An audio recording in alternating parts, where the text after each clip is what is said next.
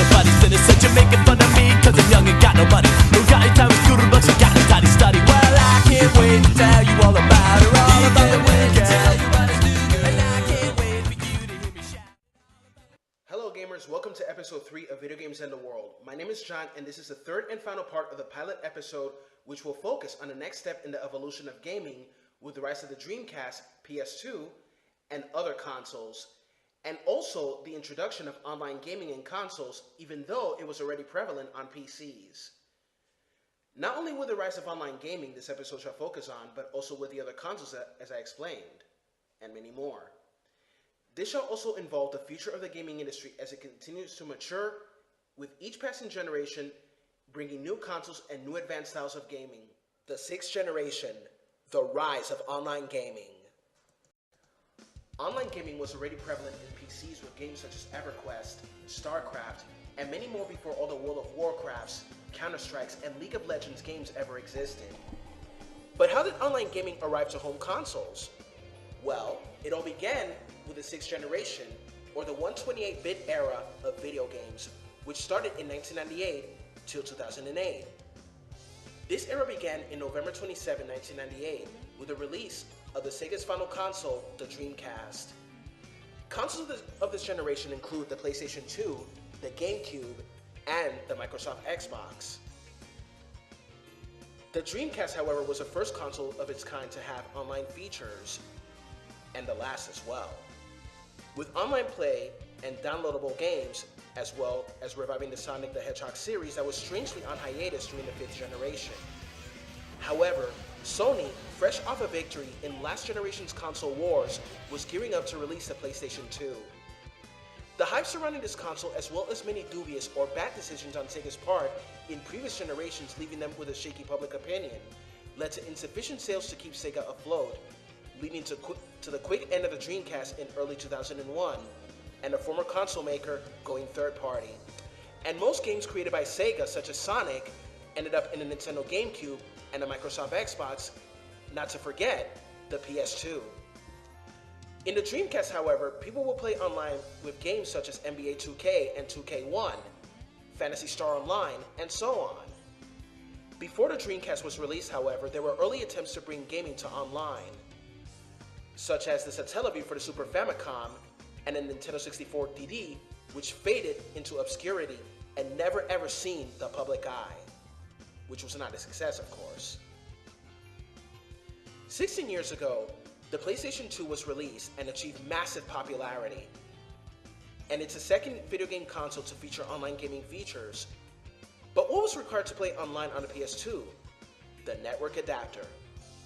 All versions of such device provide an Ethernet port, while some North American versions also feature a phone line port for dial-up connection. The newer slimline versions, however, have an Ethernet port built into them, making the network adapter unnecessary and hard drive use nearly impossible, as well as ruling out any need to keep the network adapter in production. Playing online games requires that users set up the system's network connection configuration, which is saved to a memory card. This can be done with a network startup disk that came with a network adapter or using one of many games that had the utility built into them, such as Resident Evil Outbreak, to set up the network settings. The new slimline PlayStation 2 came with a disc in the box by default. The last version of the disc was a network startup disk 5.0, which was included with the newer SCPH 90004 model released in 2009. However, as of December 31st of 2012, the PlayStation 2 had been discontinued, and the servers for games have all since been shut down. However, earlier this year, the servers for Final Fantasy XI were shut down, putting an end to the PlayStation 2. PlayStation 2 had various online games such as Resident Evil Outbreak, even with online features such as Final Fantasy XI, SOCOM US Navy SEALs, Star Wars Battlefront, Time Splitters 2, Frequency, and many more. Although some of these mentioned games are still playable offline, they can still be playable. As for Final Fantasy XI, the online servers were shut down 7 months ago this year, as explained earlier, officially ending the saga of the PlayStation 2. Many gamers of previous generations would agree that the PlayStation 2 was the best of its kind. Others would beg to differ. After the declining of the Dreamcast, Microsoft introduced its first console, the Xbox, which, like the PS2, achieved massive popularity with many great games with online features, such as Halo Combat Evolved, which met with great success, leaving a great legacy behind, even surpassing Metroid. Most would choose Halo over Metroid, and this inspired the late Monty Aum to create the fight between Samus and Master Chief in the 3D short film called Haloid. The Dreamcast, PS2, GameCube, and Xbox consoles are very well remembered as well for their more advanced graphics, popular games, online features, and many more. In this generation, the GameCube was the first Nintendo to have CD-ROM, and it also had features such as online adapter, but in terms of online gameplay, it was not as popular as the PS2 and the Xbox. However, the CD-ROMs of the GameCube were smaller, like mini DVDs one might say. Although the controller was praised, it was still criticized for its exterior design and lack of features. Nintendo also had the intention of entering the online space with the GameCube, using a broadband and modem adapter for this purpose instead of built-in features. Unfortunately, it was discovered rather than quickly that the cable could be used to hack into the GameCube, leading to piracy. Nintendo, having a long-standing fear of piracy, responded by sweeping the adapter into obscurity and releasing an updated release of Phantasy Star Online in order to make hacking impossible. Thus, the GameCube was rendered as the only console of the generation without online features. In this generation, children were no longer the only demographics in video games. Teenagers and young adults, even women, were increasing in numbers and later became the majority in demographics in video games. This era also brought darker and edgier games, the 16-bit era of video games. Well-remembered dark and violent video games were God of War, Resident Evil 4, Grand Theft Auto 3, Vice City, San Andreas, and redefined the medium as primarily for the older crowd rather than for kids. Nintendo's reputation, particularly with the nascent gaming press, for being the uncool kids gaming company, put them in a bad position because of these trends, which wasn't helped by the GameCube's toy-like appearance. Sony and Microsoft, on the other hand, developed a more core reputation and their subsequent adoration by the press because of the many darker games released on their consoles. There was no genre that defined this era. In fact, most of them from action, action-adventure, FPS, third-person shooter, RPG, platformer, sports, and even several that didn't fit any established genre saw equal measure of success. This led to the 6th generation being the most diverse era in terms of game variety. Lastly, on the handheld front, Nintendo's Game Boy Advance dominated the market, being essentially a portable Super Nintendo. When compared to the non-portable consoles of the era, it lagged only behind the PS2 in terms of sales. It would beat Nintendo's last 2D system and the last of the Game Boys. Notably, backward compatible to even games for the first Game Boy, at least in its original model. And later, the Game Boy will be replaced by the Nintendo DS. The rise of HD resolutions. The 7th generation of video games was a time where video games would revolutionize in new eras and the evolution of old elements. It introduced new consoles with HD resolutions as well as the evolution of handhelds. For handhelds, Sony had its very first one known as the PlayStation Portable, or PSP for short, and it also had the capacity to play online. As for Nintendo, it introduced the Nintendo DS, which became very, very popular. 3 new consoles were popular in this era, and the console wars were growing intensely. These 3 were the Xbox 360, the PlayStation 3, and the Nintendo Wii. The 7th generation began on November 22, 2005. The first major console launch in this generation was Microsoft's Xbox 360. While it wasn't the first console with the ability to output an HD resolution node, it was the first to implement it as a standard for games. It eschewed the PC-based architecture of its predecessor, but used development tools very similar to those used for PC games, making it easy to develop for. Unfortunately, the early launch was plagued with hardware issues, most infamously, the Red Ring of Death. The next year, Sony's PlayStation 3 saw a release. The PS3 was marketed as a household supercomputer. In Britain, there was a bizarre and really durable urban legend pre-release that it was to feature a toasty machine, as it was manufactured with cutting-edge technology like the cell processor and the very high-capacity Blu-ray format. The latter was actually put in as a push for the Blu-ray format, to the point where Sony's executives said outright that the success of the PS3 and Blu-ray were interdependent, since there was still competition as to what the standard high-capacity optical disc would be.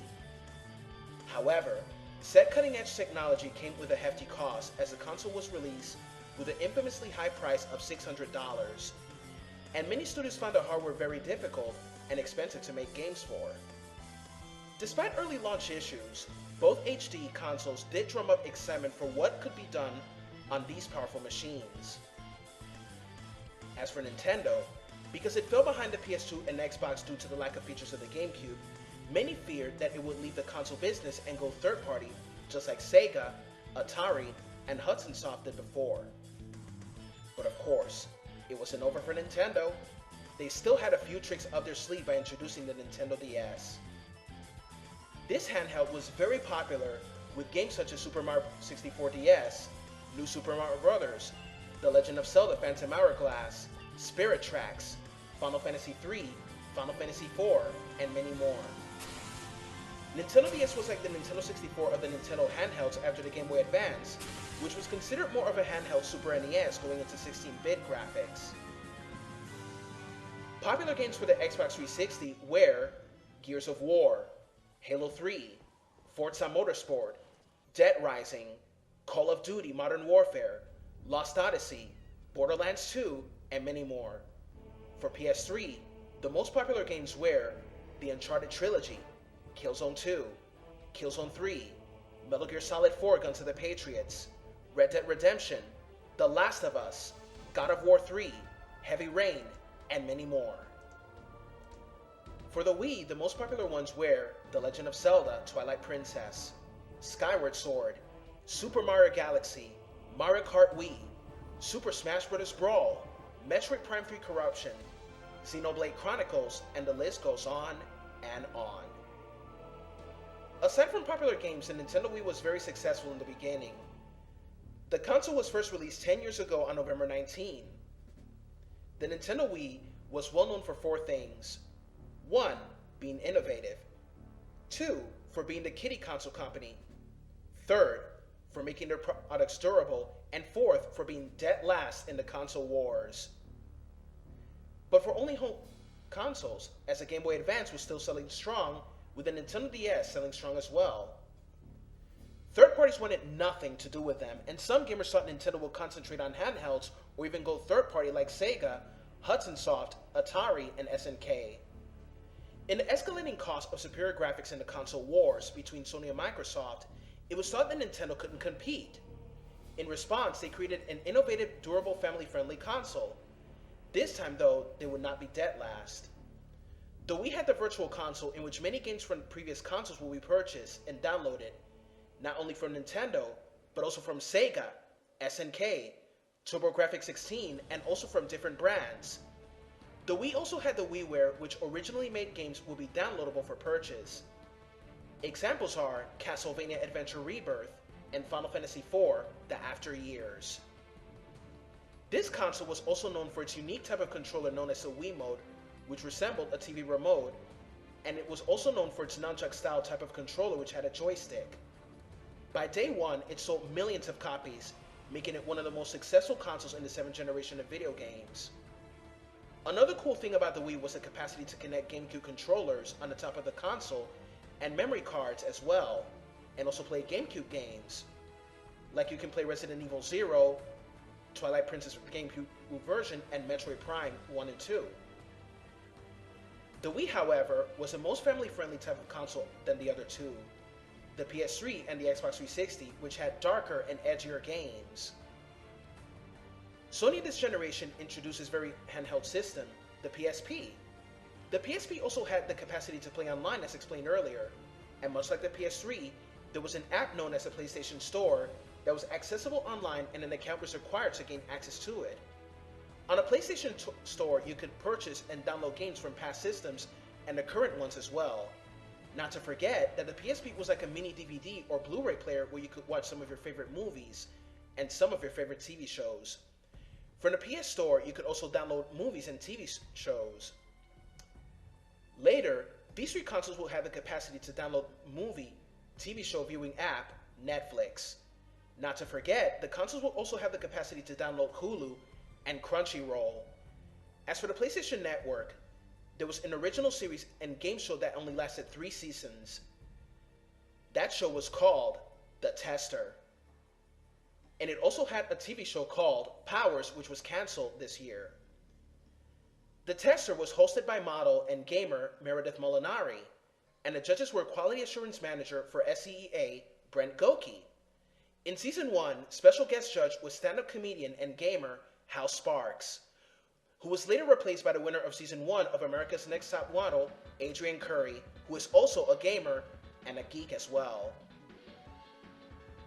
The success of both PSP and DS created a turning point for the Japanese console market, and for that, they started focusing more on handhelds rather than consoles in a certain way. Casual and indie games were also having their share of success, as well as by adding games to mobile devices, and mobile devices were growing in power as well, such as mobile phones, Kindle, and so on. Another phenomenon was when video games were becoming family game nights, much like card game night events, Super Bowl gatherings, and as family game nights were for earlier generations, this proved to be a turning point and gaming was an acceptable form of mainstream entertainment. Once seen as toy-like novelties or murder simulators according to politicians, religious groups, and activists, etc., were finally gaining mainstream acceptance. Video games, though, were still being portrayed in a negative light by the media, politicians, and activists. Why they are portrayed in such ways? Because politicians, the media, and activists think that video games are evil and teach people how to kill people and be criminals. Countless of times this has been debunked by many bloggers, game developers, and many more. And the government time and again tried to attempt to control the industry, but failed. Video games have always been blamed for random acts of violence such as the shootings of Columbine, Aurora, Newtown, San Bernardino, and many more. Many known bashers of video games who try to put the industry in a negative light are known as Hillary Clinton, Donald Trump, Pastor Matthew Hagee, Jack Thompson, Dianne Feinstein, and many more. As said earlier, time and again this has been debunked. Unfortunately, violence is a part of human nature, and to say that video games are responsible for violence and sexism is like if you're saying that David killed Goliath by throwing a PS3 at his head, and like if Genghis Khan was playing Assassin's Creed. It is also like saying that Hitler was playing Call of Duty and decided to kill anyone he hated, such as Jews, homosexuals, gypsies, blacks, and so on. People think that video games are sexist because of men saving women, women showing a lot of skin, and sandbox-style games like Grand Theft Auto, Saints Row, where you attack people of both genders. Various religious groups would say that video games had hidden messages of evil, but that is not true. We gamers have survived a lot of these logical fallacies despite some censorship in gaming. We have survived the media, politicians, religious groups, feminist frequency, and many more. Even though they still say that games have taught sexism, violence, and devil worship, time and again, this has been debunked. Violence and sexism existed long before the invention of Pong, as quoted by Adam Sessler. To quote Shigeru Miyamoto, a lot of people said, video games are bad for you, the same thing they said about rock and roll, and to add that, I might say, they said the same thing about rap music that is bad for you because they think that the lyrics promoted violence. But rap music, talking about guns and violence and drugs, are a reflection of reality in inner city neighborhoods. Most games try to emulate real life, and such things are coded because they existed, do exist, and will exist for the foreseeable future. Many popular games in this generation are games such as Halo 3, Halo 4, Modern Warfare, Black Ops, Skyward Sword, Dead Space, Assassin's Creed, and many more. Another very popular game at the end of this generation is The Last of Us for the PS3. Hollywood actors appearing in such titles, and the characters are modeled after them. In Dead Space, the character of Zack Hammond is modeled after Hollywood movie star Peter Mensah, who you know as the Messenger in 300, and also as Onomaeus in the hit Starz television series Spartacus. In The Last of Us, the character of Ellie, although voiced by Ashley Johnson, known for her role as Chrissy Seaver in Growing Pains, the appearance and likeness of Ellie are based on Academy Award winner and famed Hollywood movie star Ellen Page. To conclude with this generation, episodic games were also beginning to rise. Known examples of these episodic games are The Walking Dead and Life is Strange. 8th generation and the future. In 2012, 3 new consoles were announced at E3. These consoles were the Xbox One, the PlayStation 4, and the Nintendo Wii U. There were also other micro consoles appearing in this generation, such as the Ouya, which allowed players to play classic games of previous handhelds such as Donkey Kong Country, and also newer handhelds had risen such as the 3DS and the PS Vita. Both handhelds had great games, but the 3DS was the top winner, and it's still very, very popular up until this day. The Nintendo 3DS also had access to the internet using Wi-Fi and also the Virtual Console, where you could play old games from the NES, the Super NES, Game Boy Color, as well as the Game Boy Advance. The Nintendo Wii U was released in Thanksgiving on 2012 and was a much bigger hardware than the Wii and far more successful. The online capacity for the Wii U was much more improved than that of the Nintendo Wii. On February of 2013, Sony unveiled the PS4. Learning from their mistakes with the PS3's notoriously difficult architecture, they made the console much easier to develop for. Its controller also added in a touchpad to match Nintendo's gamepad touchscreen, along with several other features. On May 21st of 2013, Microsoft unveiled their entry, the Xbox One, thus setting off the flag that officially signals the start of the 8th generation console wars. Valve Software had also presented their intentions to enter the console market with Steam machines, but enthusiasts are still divided over whether it's a console or a small PC, and whether it's part of the 8th generation of consoles. This generation has also seen the rise of micro-consoles, starting in earnest with the Ouya, which was a Kickstarter-backed Android-based game console. Despite it being one of the biggest projects ever backed, it never found an sizable niche and also closed down operations in June 2015 when it was purchased by Razer. In its wake, however, more and more streaming boxes like the Amazon Fire TV, for example, can play some Android games. And newer Android-based boxes more geared for gaming like Razer Forge TV and the Nvidia Shield can not only play games installed locally, but can also stream games hosted on a network PC or play games stored in an online cloud. Apple's current generation of Apple TV now uses an operating system, tvOS, that is a cousin to the iPad and iPhone's iOS, so games can play on it as well. While the hardware specs of the micro consoles and the streaming boxes obviously pale to the high end like PC specs of the PS4 and Xbox One, with a capable ecosystem and adequate bandwidth, they have the possibility of providing an on-par experience as those consoles at a lesser cost, to say nothing of the ease with which they can be used for emulating classic game consoles. This generation is the one where console manufacturers have embraced the development of indie video games. Not to forget that other devices such as the Oculus Rift and VR tech are still popular, yet controversial. Video games will continue to evolve and bring new franchises to light, as well as the old ones will continue to shine in all the years to come. In conclusion, video games, in my honest opinion, are a great form of art, an escape from reality, and great entertainment. Despite the negative things said about them, video games will never stop being known as a hobby that brings all people together, regardless of race, gender, religion, ethnicity, and sexual orientation.